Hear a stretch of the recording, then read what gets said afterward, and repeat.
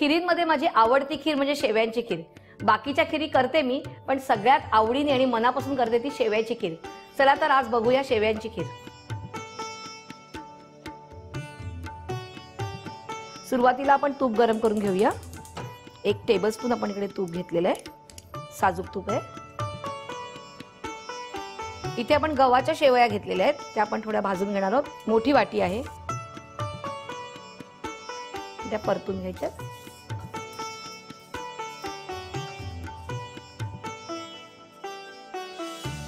शेवया थोड्याशाच परतून घ्यायच्या आहेत. मग त्यात आपण मनुका घालणार आहोत, थोडेसे ड्रायफ्रुट्स, थोडं परतून घ्यायचंय. आता आपण ह्यात 1 लिटर दूध घालूया.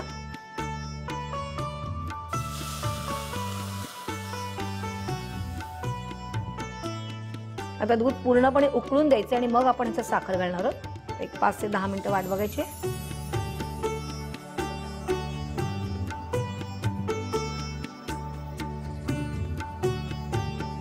दूध पूर्णपणे उकळलेलं आहे. 1 वाटी साखर घेतली आपण. तुमच्या गोडीप्रमाणे घालायची, कशी कोणाला गोड जास्त गोड कमी त्याप्रमाणे घालायची. आणि पुन्हा 1 उकळी येऊन द्यायची. 1 टीस्पून वेलची पावडर घेणार आहोत आपण. थोडा वेळ आपल्याला ढवळायचं आहे, म्हणजे मिक्स करून घ्यायचे, कारण आपण साखर घातली आहे. आणि नंतर 1 उकळी आली की गॅस बंद करायचा आणि वरून थोडासा पिस्ता. खीर तयार आहे. गॅस बंद करूया.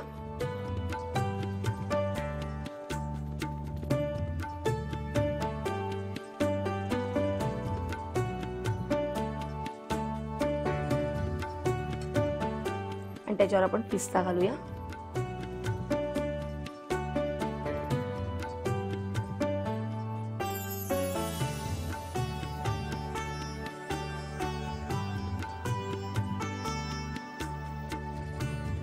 माझी फेवरेट खीर मी बनवलेली आहे.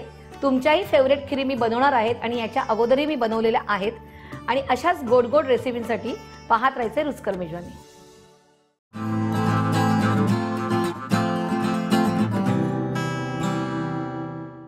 सणासुदीचा काळ आला की आपल्या सगळ्यांच्या घरात नुसती गोड पदार्थांची रेलचेल असते.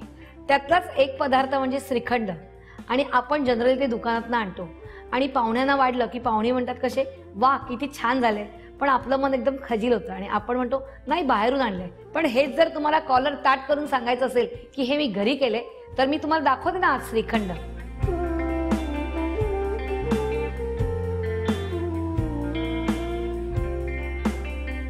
श्रीखंड म्हटलं की आला चक्का. आणि चक्का कसा करायचा? दही घ्यायचं आणि ते फडक्यामध्ये टांगून ठेवायचं. 7-8 तास ठेवा किंवा मग ओव्हरनाईट ठेवलं तरीही चालेल. आपण हा इथे चक्का करून घेतलेला आहे. 600 ते 700 ग्रॅम तुम्ही दही घ्या, म्हणजे त्याचं तुम्हाला अर्धा किलो चक्का बरोबर निघेल.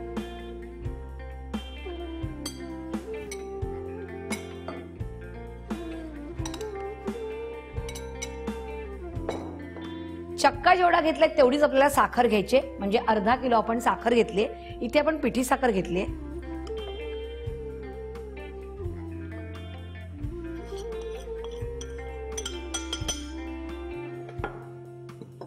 आधी हे व्यवस्थित मिक्स करून घ्यायचंय.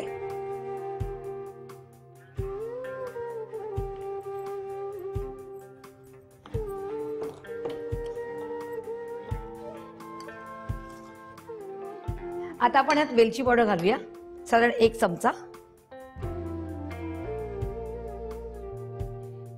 आता आपण विस्क घेऊया आणि मिक्स करूया व्यवस्थित. जर तुम्ही मिक्सरला लावलं तरी चालतं किंवा बीटर असेल तर त्यांनी केलं तरी उत्तम. ह्याच्याने काय होतं, सगळं व्यवस्थित मिक्स होतं, म्हणजे कुठेही गुठळ्या वगैरे राहत नाहीत. छान असं मिक्स करून घ्यायचंय.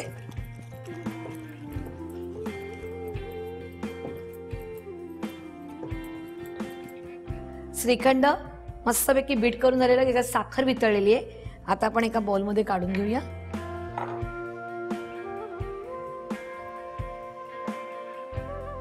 असं हे स्मूथ झालं पाहिजे, म्हणजे स्पॅच्युलावरून असं पटकन पडते तसं पडलं पाहिजे.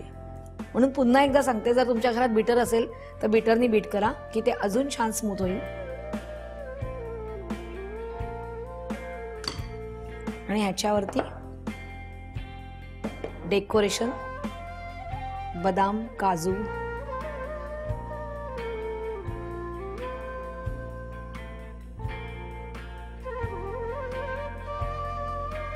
समोर श्रीखंड ठेवलंय, पण मला काय राहत नाहीये. मी थोडंसं टेस्ट करून बघते की कसं झालंय, थोडंसं स्मूथ झालंय का, त्यात साखर बरोबर पडली का, वेलची बरोबर पडली का. एकदम फर्स्ट क्लास. काय मग सोपं वाटलं असेल आणि आता तुमची कॉलर एकदम ताट असणार नाही का पाहुणे आल्यावरती. बरं, तुम्हाला माहितीये का रुचकर मेजवानी सुद्धा फेसबुकवर आहे आणि तुम्ही तर असणारच. तर तुम्ही काय करायचंय, तिकडे लाईक करायचंय आणि इकडे सबस्क्राईब करायचंय.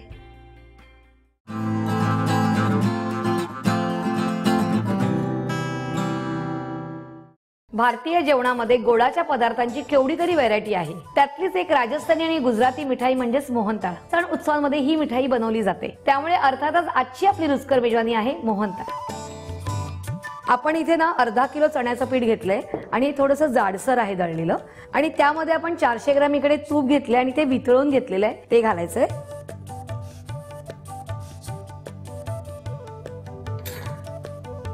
थोडंसं असं हलवून घ्यायचंय आणि ह्याच्यामध्ये आपण पाव लिटर इकडे दूध घेतले, ते पण घालतोय.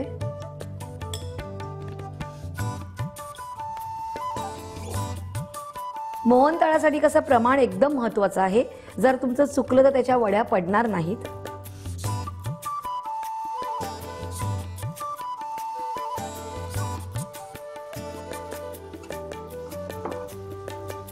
आपण हे नीट मिक्स करून घ्यायचंय.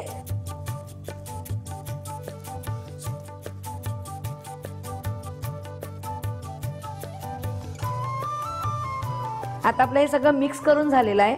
असा गोळा पूर्ण होतो त्याचा. तुमचं प्रमाण बरोबर असलं ना की तुमची ही कन्सिस्टन्सी अशीच येणार बरोबर. आणि आता आपण एक 10 ते 15 मिनिट असंच बाजूला ठेवणार आहोत.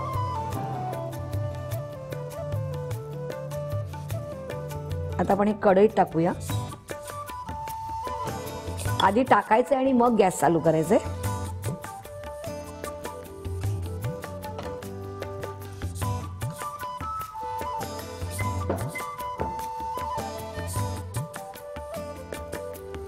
गॅस चालू करूया. आता आपण हे व्यवस्थित खरपूस होईपर्यंत भाजायचंय. त्याचा रंग बदलतो पूर्णपणे.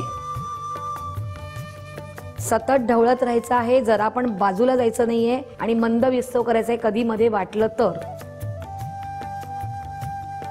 मोहनताळ म्हणजे काही साधं सोपं नाहीये. त्याला थोडीशी मेहनत असते आणि खूप पेशन्सचं काम आहे. पटापटापट तुम्ही केलं तर तो करपणार आहे. त्यामुळे तो सावकाश व्यवस्थित तो हळूहळू भाजायचा आहे. पण तो एकदा तयार झाला आणि तुम्ही चाखून बघितलं तर त्याला काही तोडच नाही. म्हणजे अर्धा तास तरी तुम्हाला भाजायला लागणार आहे. तर आपण ते आता भाजून घेऊ व्यवस्थित.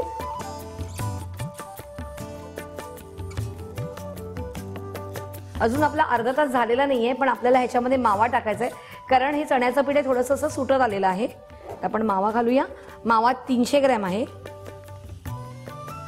ह्याला मावा म्हणा किंवा खवा म्हणा. आणि पुन्हा भाजून घ्यायचंय. पुन्हा कसरत सुरू. आपलं हे मस्तपैकी छान भाजून झालेलं आहे. खूप छान असा सुगंध पसरला इथे, जो तुम्हाला नाही घेता येणार आहे, पण तुम्ही जर बनवला तर तुम्हाला नक्कीच घेता येईल. तर आपण आता काय करूया, गॅस बंद करूया हा. आणि यात सगळ्यात महत्वाचा भाग म्हणजे आपल्याला साखरेचा पाक. तर आपण घेऊया 400 ग्रॅम साखर.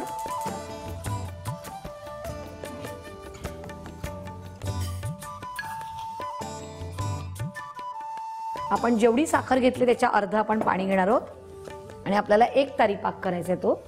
कारण आपण जेवढी साखर घेतो आणि त्याच्या अर्ध पाणी घेतो तेव्हा ते उकळल्यावर बरोबर तो 1 तारीच पाक होतो हा नेहमी. गॅस मोठाच ठेवायचा आहे आणि आपल्याला पाक करून घ्यायचा आहे. साखर वितळून द्यायची आहे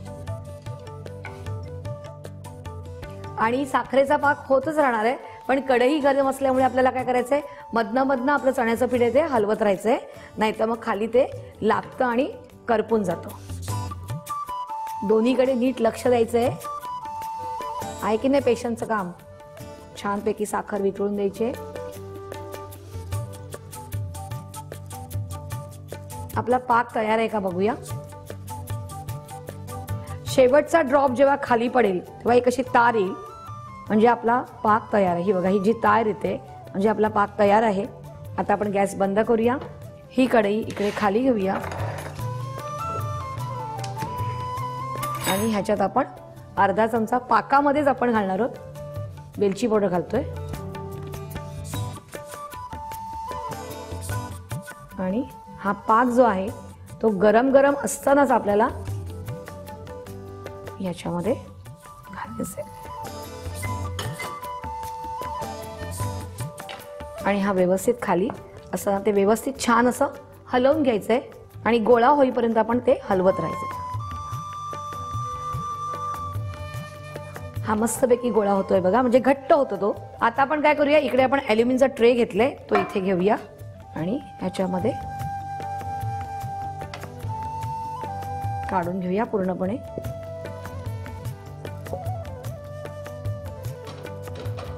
तो व्यवस्थित पसरून घ्यायचंय.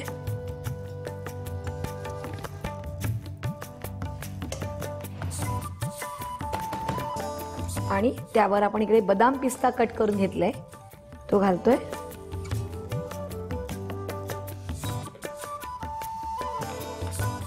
आणि आपण आता हे थंड व्हायला ठेवायचंय, कारण तो सेट झाला पाहिजे. आपल्याला त्याच्या मस्तपैकी वड्या पाडायच्या आहेत. साधारण ह्याला 1 तास तरी लागेल. मोहनताळ थंड झालेला आहे. आता आपण त्याच्या वड्या पाडूया. आधी साईडने कट करून घ्यायचा तो, कडा सगळ्या सोडवून घ्यायच्या.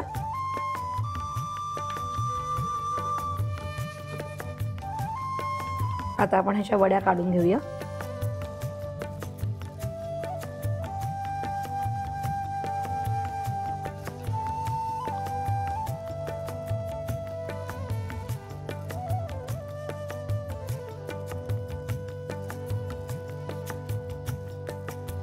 आता मी काय बोलू, कारण ते इतकं सुंदर दिसतंय ना.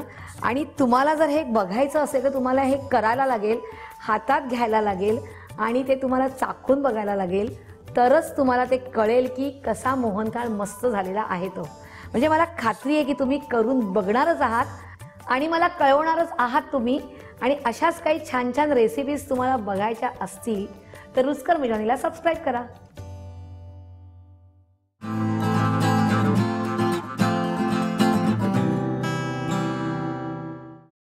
नमस्कार. आपल्या घरात सत्यनारायणची पूजा असो किंवा सोसायटीमध्ये असो, देवाला नमस्कार केल्यावर आपलं लक्ष कुठे असते? प्रसादाकडे. कारण तो प्रसाद इतका स्वादिष्ट असतो की आपण वाट बघत असतो की कधी आपल्याला तीर्थ देतात आणि प्रसाद देतात. पण आपण घरी करायला गेलो की तसा प्रसाद होत नाही असं सगळ्यांचं म्हणणं आहे. तर आजची आपली रुचकर मेजवानी आहे प्रसादाचा शिरा. इथे मेजरमेंट आपलं असणार आहे, 1 वाटी जर तुम्ही तूप घेतलं तर आपण 1 वाटी रवा घेतोय, 1 वाटी साखर घेतोय. तुम्हाला लागेल तेवढं ड्रायफ्रुट्स, अर्धा चमचा वेलची पावडर आणि दूध आपण डबल मेजरमेंट, म्हणजे 1 वाटी असेल तर आपण 2 वाट्या दूध घेतोय. तर आपण पहिल्यांदा रवा भाजून घेऊया. तूप घेऊया 1 वाटी आणि इथे साजूक तूप घ्यायचंय.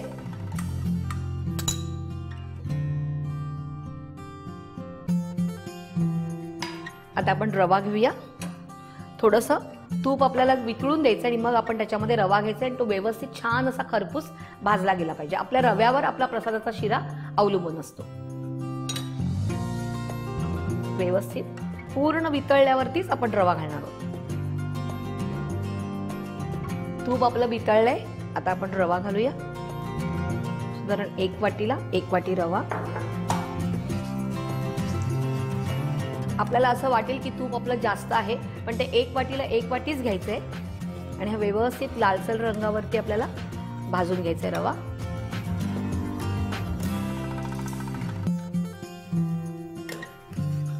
आपला रवा भाजून होतोय तोपर्यंत आपण दूध उकळून घेऊया. कारण प्रसाद म्हटल्यावर महत्वाचा भाग आपला दूध आहे आणि दूध कधी पण उकळलेलं पाहिजे, म्हणजे उकळून झाल्यावर दूध आपल्याला त्याच्यात टाकायचंय. इथे एक टीप, जर तुम्ही थंडगार दूध घातलं तो प्रसादाचा शिरा थोडा चिकट होतो आणि गरम गरम दूध टाकल्यावरती तो शिरा जो आहे तो मोकळा होतो. आपण दूध उकळून घेऊया.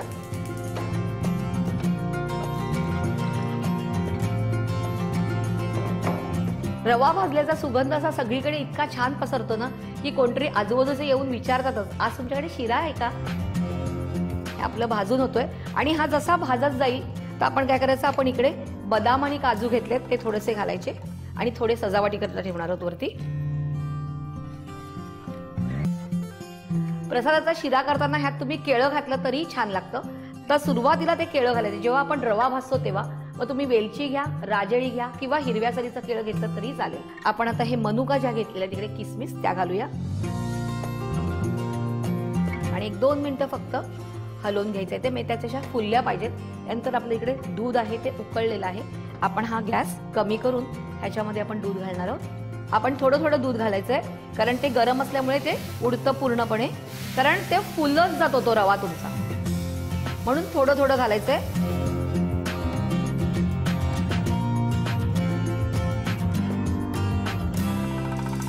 आता आपण हे सगळं दूध ह्याच्यामध्ये घातलेलं आहे आणि हे दूध घातल्यावर पूर्णपणे सोक झालं पाहिजे. आणि आपण गरम गरमच उकळतं दूध टाकायचं याच्यामध्ये. गॅस थोडा मोठा करूया आणि शिरा कसा आपला मस्तपैकी फुलतो आणि पूर्ण असा मोकळा होतो. दूध त्याच्यामध्ये पूर्णपणे मिळून आलेलं आहे. आता आपण इथे 1 वाटी साखर घेतली ती ह्याच्यात घालूया आणि व्यवस्थित मिक्स झाल्यावर आपण ह्याच्यावर झाकण ठेवणार आहोत. आता साखर आपण घातल्यावर पूर्णपणे व्यवस्थित तो मिक्स करून घेतलेला आहे आणि आता ह्याला 5 मिनिटं वाफ येऊन द्यायचे, जेणेकरून ती साखर वितळेल आणि त्याच्या त्या वाफेमध्ये त्या शिऱ्याला सगळीकडे लागली जाईल.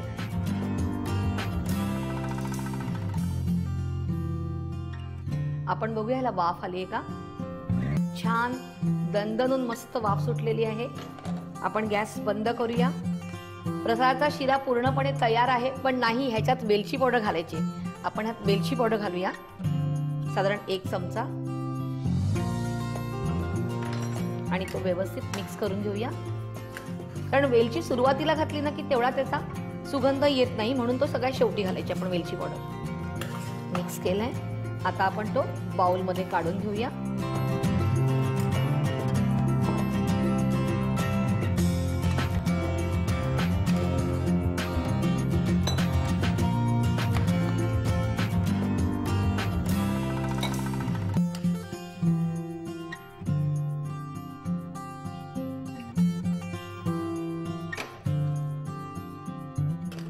आणि ह्याच्यावरती आपण थोडे सजावटी करता बदाम आणि काजू ठेवलेत ते घालूया. आपला प्रसादाचा शिरा तयार आहे.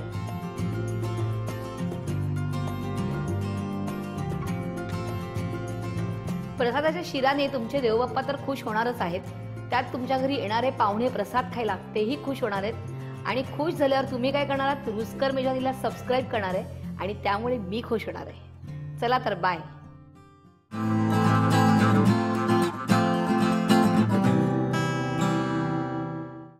सणासुदीला गोडधोड पदार्थ काय करायचा हा एक मोठा प्रश्न असतो नेहमी. पण ह्या प्रश्नाचं उत्तम उत्तर म्हणजे काय, आजची रुचकर मेजवानी आहे बासुंदी.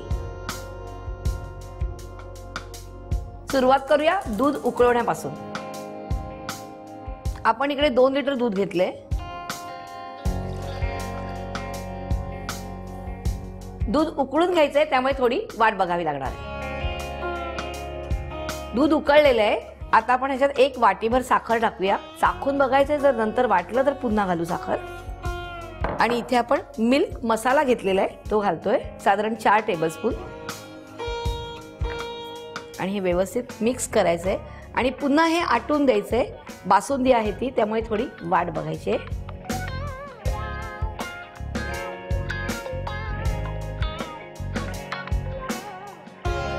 बासुंदी आपली रेडी आहे. दूध मस्तपैकी आटलेलं आहे. गॅस बंद करूया आणि आता आपण ते काढून घेऊया.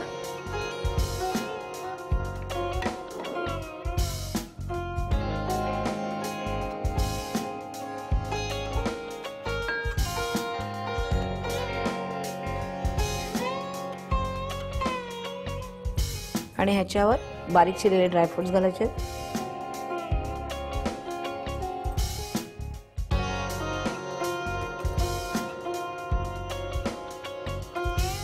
बासुंदी आणि गरमागरम पुरी ही तर जोडी मस्तच आहे, पण ती अशीही प्यायला खूप सुंदर लागते. तर तुम्ही ही करून बघायची आहे आणि रुचकर मेजवानी पाहत राहायचंय.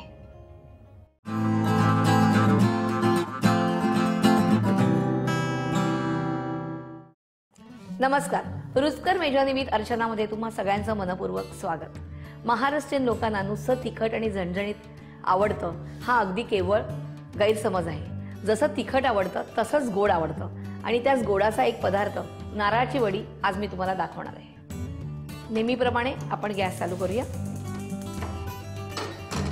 त्यानंतर सर्वात प्रथम आपण घेतलंय एक आपण अख्खा नारळ किसलेला घेतलाय, म्हणजे एक मोठी वाटी. जेवढा नारळ आहे त्याच्या पाऊण पट तुम्हाला साखर घ्यायची आहे. इकडे 3 टेबलस्पून मलाई आहे, ती घेऊया. मलाईमुळे काय होतं, जेव्हा आपण वडी खातो तेव्हा मध्ये थोडासा स्मूथनेस येतो. त्यानंतर आपण ह्याच्यात थोडंसं अर्धा वाटी दूध घालणार आहोत. दूध यासाठी घालणार आहे की साखर आणि खोबरं मिळून यायला पाहिजे. आणि आता आपण हे सगळं व्यवस्थित मिक्स करून घ्यायचंय. आणि मग जरा गॅस मोठा करून आपण हे सगळं गोळा होईपर्यंत हलवायचंय.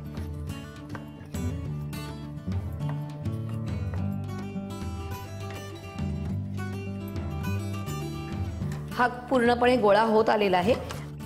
तर आपण हे ह्याच्यामध्ये वेलची पावडर घालूया आणि गॅस बंद करायचंय, कारण नाहीतर काय होईल, त्या आपल्या खोबऱ्याच्या वडीचा रंग बदलेल. आता आपण हे खाली उतरूया आणि आपण काय करूया, आपण हा ट्रे घेऊया आणि त्याला तूप लावूया थोडंसं.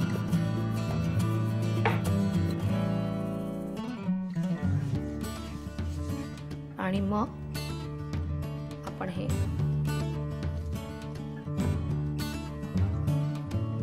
याच्यावर काढून घेऊया आणि मग हे असं व्यवस्थित आपण थापून घ्यायचंय चौकोन आकाराचं. त्याला थोडंसं तूप लावायचंय दोन्ही साईडने, म्हणजे त्याला कसं आहे फाईन छान असं फिनिशिंग येतं.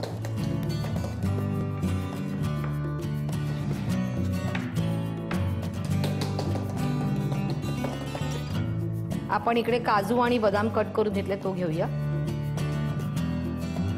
आणि हे असं लावल्यावरती ह्याला आपण एक अशी लाटणी घ्यायची आहे आणि ती थोडीशी लाटायची.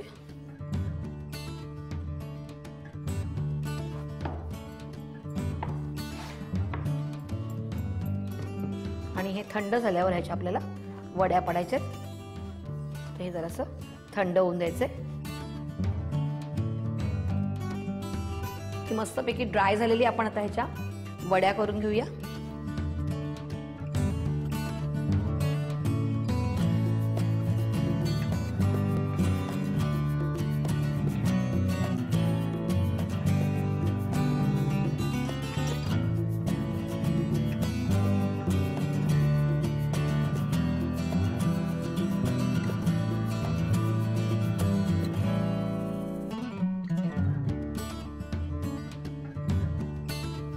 आजची गोड गोड रुचकर मेजवानी तयार आहे. मला राहवत नाहीये, तसं पण गोड खूप आवडतं. जरा बघते खाऊन. खूप छान, म्हणजे अगदी जसं पाय तसं गोड, जास्त गोड वगैरे झालेलं नाही. आणि मलाईमुळे तो मध्ये असा सॉफ्टनेस आहे, म्हणजे मला आवडतो तसा. तुम्हाला नक्कीच ही रेसिपी आवडली असणार, तर तुम्ही काय करणार आहात, सबस्क्राईब करा तुम्ही रुचकर मेजवानीला. चला तर बाय.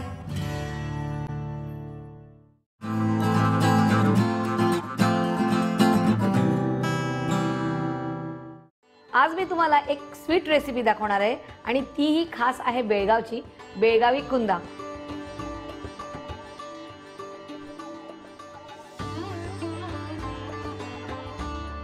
आपण इकडे 2 लिटर दूध घेतलेलं आहे, ते आपण आता उकळत ठेवणार आहोत.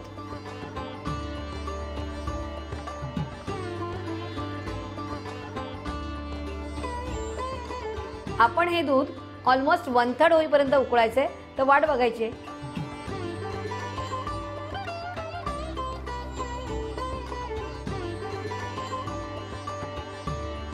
दूध हे 1/3 केलेलं आहे आपण, म्हणजे थोडंसं आटवून घेतलेलं आहे.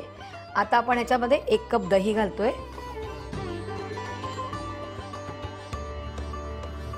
आता आपण घालतोय 1 कप साखर आणि पुन्हा हे सगळं मिक्स करायचंय. दही घातल्यावर ते दूध फाटणार आहे, म्हणजे सतत हलवत राहायचंय, कारण आपल्याला रवेदार करायचंय ते. हे होतंय तोपर्यंत आपण दुसऱ्या भांड्यामध्ये साखरेचं कॅरेमेल करून घेऊया. त्यासाठी इथे मी अर्धा कप साखर घेतलेली आहे. गॅस सुरू करूया आणि इथे तूप तेल काही घालायचं नाही, पाणीही घालायचं नाही आणि नुसती साखरेचं आपण कॅरेमेल करणार आहोत.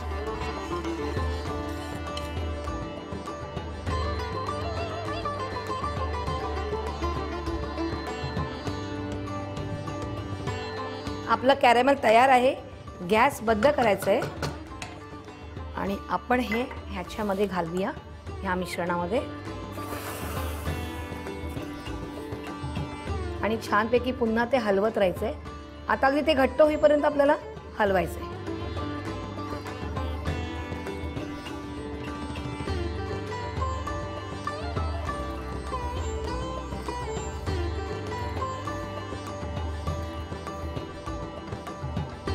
कुंदा आपला ऑलमोस्ट तयार आहे. आपण गॅस बंद करूया आणि यात थोडीशी चिमूटभर वेलची पावडर घालूया. ऑप्शनल आहे, तुम्हाला नसेल घालायचं तर अजिबात घालू नका. छानपैकी मिक्स करायचं आहे. बेळगावी कुंदा तयार.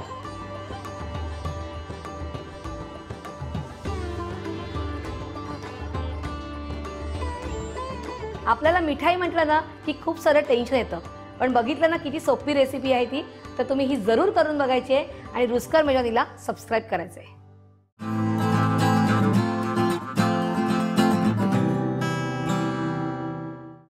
मिठाईचा राजा गुलाबजाम म्हणजेच मिठाईचा राजा गुलाबजाम. माझ्या ना डायरेक्टरनी ना मला एक स्क्रिप्ट दिलेली आहे आज गुलाबजामवरती, पण मला ती काय आठवत नाही. कारण गुलाबजाम म्हटलं डोळ्यासमोर नुसते साखरेत घोळवणारे मस्त गुलाबजाम, तोंडाला कसं पाणी सुटतं आणि सगळ्यांनाच आवडतं. नारायण करायची का रे डायरेक्ट गुलाबजाम करू का रे? लाईन काय आठवत नाही आहे माझ्या. करू का? चला तर करूया गुलाबजाम.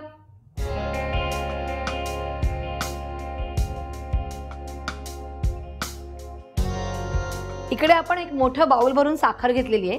गुलाबजाम म्हटलं की साखरेचा पाक हा आलाच, तर आपण सुरुवातीला साखरेचा पाक करायला ठेवूया.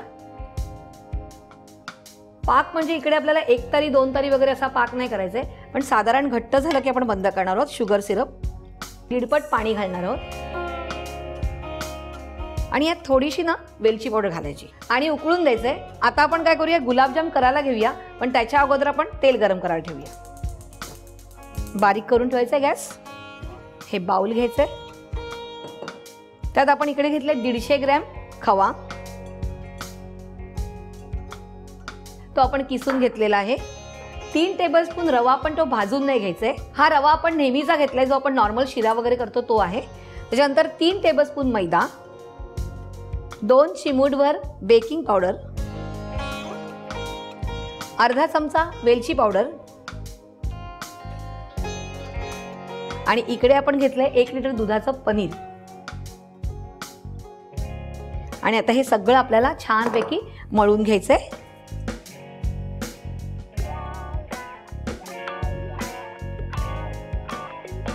आता हे मळून झालेले आहेत, आपण ह्याचे गोळे करून घेऊया.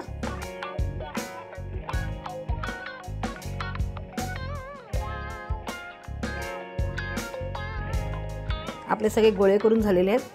आता आपण छान हे वळून घ्यायचे.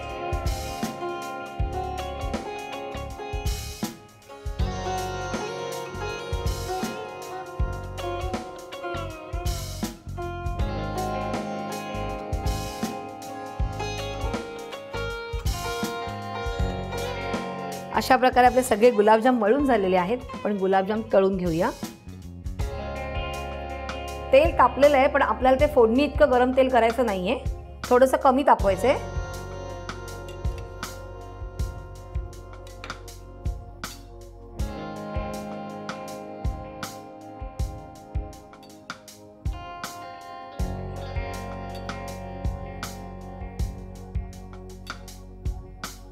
आता आपण हे काढायचे आहेत.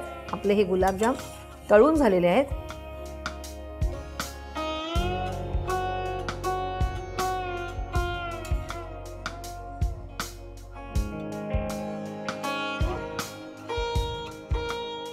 अशा प्रकारे आपण सगळे गुलाबजाम तळून घ्यायचे आहेत.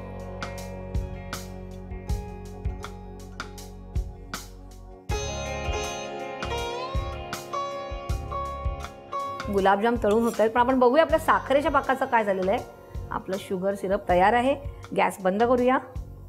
आपण नेहमी काय करतो, आपल्याला घाई असते सगळी, तर आपण हे गुलाबजाम गरम गरम असतात तर तसेच ते गरम गरम पाकात घालतो, पण त्यावेळेला ते काय होतात, मधनसे नरम होतात. त्यामुळे हे पूर्ण तळून एका डिशमध्ये काढून घ्यायचे, एक 5 मिनिटं वाट बघायची आणि मग ते गरम गरम हे जे पाक आहे त्याच्यात घालून पुन्हा एक उकळी घ्यायची की ते बरोबर तुमचे फुगलेले राहतात.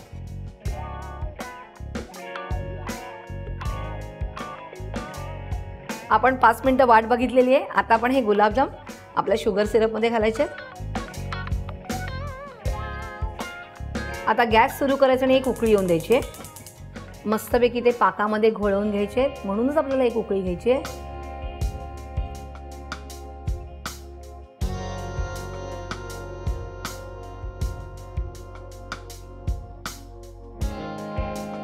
एक उकळी आलेली आहे, गॅस बंद करायचा आहे.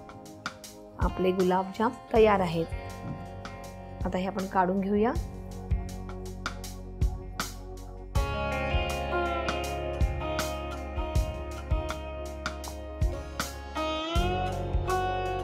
आणि हा पाक आहे तो सगळा आपण घालायचा आहे.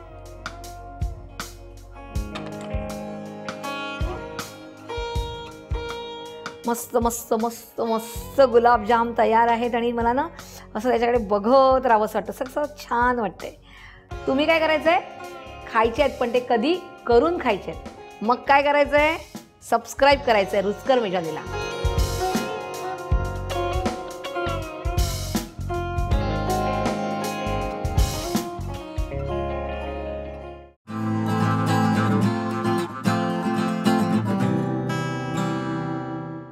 भारतामध्ये हलवा हा एकदम फेमस. सिनेमा असो, मालिका असो किंवा जाहिरात असो, हलवा हा असतोच. इतकंच काय, एखादी जर सोपी गोष्ट असेल तर आपण काय म्हणतो, एकदम हलवा आहे. पण आज मी तुम्हाला जो हलवा दाखवणार आहे तो एकदम सोपा नाही आहे, पण खूप चविष्ट आहे. त्याचं नाव आहे मूग डाळ हलवा.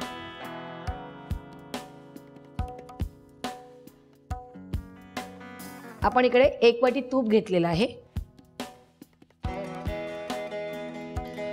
मिठाई म्हटलं की तूप आलं, आणि स्पेशली मुगाचा जेव्हा तुम्ही हलवा बनवतात तेव्हा तुम्ही साजूक तूपच घ्यायचंय. पूर्ण तूप आपण वितळून घ्यायचंय.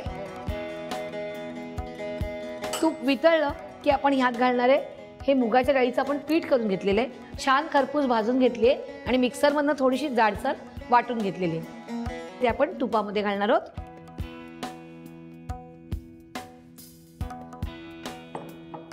आणि हे छान असं खरपूस आपल्याला अजून भाजून घ्यायचंय. मुगाची डाळ आपण अगोदर भाजून घेतल्यामुळे आपल्याला नंतर जास्त भाजायला लागणार नाहीये. आता आपण ह्याच्यात काय करायचंय, मनुका आणि काजू घालायचे.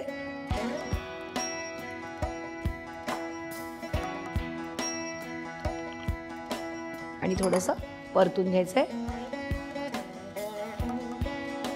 याला मस्तपैकी छान असा ब्राऊन खरपूस रंगही आलेला आहे आणि छान सुगंध सुटलाय. आता आपण ह्यात काय करूया, उकळलेलं दूध आहे ते घालूया. साधारण 1 वाटी आपण मुगाची डाळीचं पीठ घेतलेलं आहे. त्यात आपण 1 वाटी तूप घातलेलं आहे आणि 2 वाट्या दूध घालतोय. आणि पूर्ण सोक होईपर्यंत ते ढवळत राहायचंय.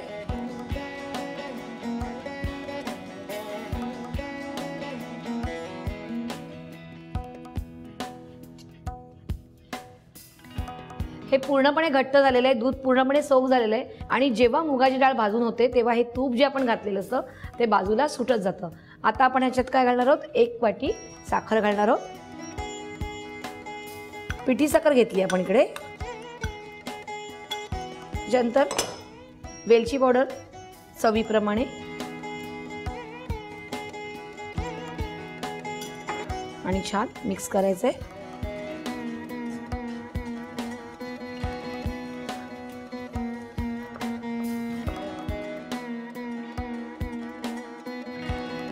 आता आपण ह्याला झाकण देऊया आणि एक 5 ते 7 मिनिटं वाफ येऊन देऊया.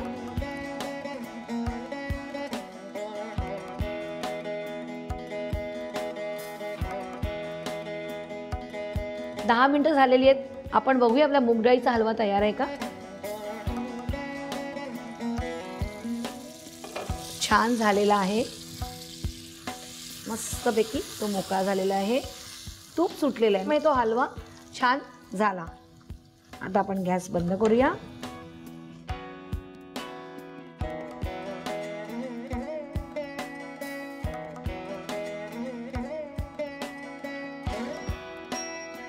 आपल्याकडे लग्न कार्यामध्ये हल्ली डेझर्ट म्हटलं ना की त्याच्यामुळे तुम्हाला एका साईडला मूगडाळ हलवा असतो. आता मी तुम्हाला हलवा दाखवलेलाच आहे, तर मी तुम्हाला प्रत्येक वेळेला लग्नाला जाऊन हलवा खायला पाहिजे असं अजिबात नाही आहे. तुम्ही करून बघायचं आहेत आणि तुम्ही मला प्रतिसाद देतातच आहेत, कारण मी बघते आहे तुमच्या छान छान कमेंट्स मी वाचते आहे. तर असाच तो कायम ठेवा आणि बघत राहा रुचकर मेजवानी.